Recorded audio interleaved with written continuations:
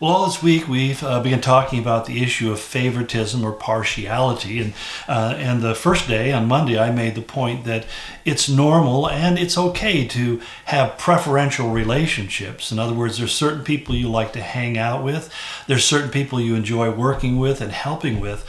But where he draws a line, we talked about the next day on Tuesday, that when we begin to make unfair judgments, in other words, we show preference unfairly, we treat people specially, we let people get off the hook who should be held on the hook, and we have other people that we hold to a higher standard than is fair. And that's the thing that we need to be careful of, because when we talk about the racial tensions that are in our country right now today, there's a certain amount of truth in the complaints that sometimes African American people are treated unjustly. You can't help but admit that there's a tendency for us to engage in what's called profiling.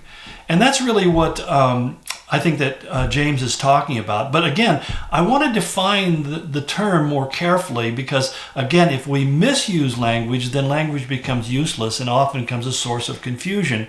And personally, I think as George Orwell once warned that whoever controls the conversation controls the culture, we find that there's an effort to really confuse the conversation so that there's no way to answer adequately the complaints that some people are raising. So let's get into this a little bit further by looking at the passage itself in verse 2 of James chapter 2. He says, "Suppose a man comes into your meeting wearing a gold ring and fine clothes, and a poor man in shabby clothes also comes in. If you show special attention to the man wearing fine clothes and say, 'Here's a good seat for you,' but say to the poor man, 'You stand there and sit on the floor by my feet,' have you not discriminated amongst yourselves and become judges of evil thoughts?" Well, let me begin by saying that we all profile. In other words, when you look at people, you automatically draw conclusions based upon past experience and associations you've had in your life. And that's something you can't avoid. Now, the danger is if you use that initial impression as being the basis upon how you interact with that person, that's where we end to slip into sinful behavior. And I think that, for example, if you are a young black man and you've been pulled over by the policeman and they've mistreated you, and this has happened on multiple occasions, it's easy for you to see a policeman and think angry, hateful thoughts towards them. That's conditioning. And yet that's wrong, because you're assuming that all policemen are exactly the same. The same happens in the white community or the Asian community, where they may look at someone who is African American and maybe they got beat up or mugged by somebody, or they've seen so many things on TV of bad behavior by people with black skin, that as a consequence, they see something, they immediately go to this negative place. And they begin to think they're all criminals, you can't trust them, and so forth and so on. Again, we should be honest in saying we all have these tendencies, they're wrong, and we need to confess them as wrong. For some of us who have had multiracial relationships in our life, I mean, I've been friends with people of every creed and color on the planet, and I found that people generally tend to be people. One of the values of traveling around the world is you get beyond the surface impressions. It was so interesting to me that when I teach in places like Africa or Eastern Europe or India, in Asian countries and stuff, I teach them about marriage and family. I found it that all married couples have exactly the same problems, because marriage is a universal experience, and maleness and female are universally true across the board, and as a result, we end up have the same conflicts. So you discover, as you experience the world in a broader sense, that all people are alike. We have different cultures, but we share many of the same experiences and have more in common than we realize. But the problem is that when we have a priori judgments about other people, we have this profiling, this bigotry in our mind, and we see somebody and we go there, to be aware enough of who we are in Christ to step back and say, wait a minute, this man, this woman was made in the image of God. Christ died on the cross for them. He loves them enough to sacrifice his soul. He wants them to be saved, and he wants me as a Christian to display God's love to them above and beyond any hang-up I might personally have. And let's be honest, folks, you and I have hang-ups, more so than we realize.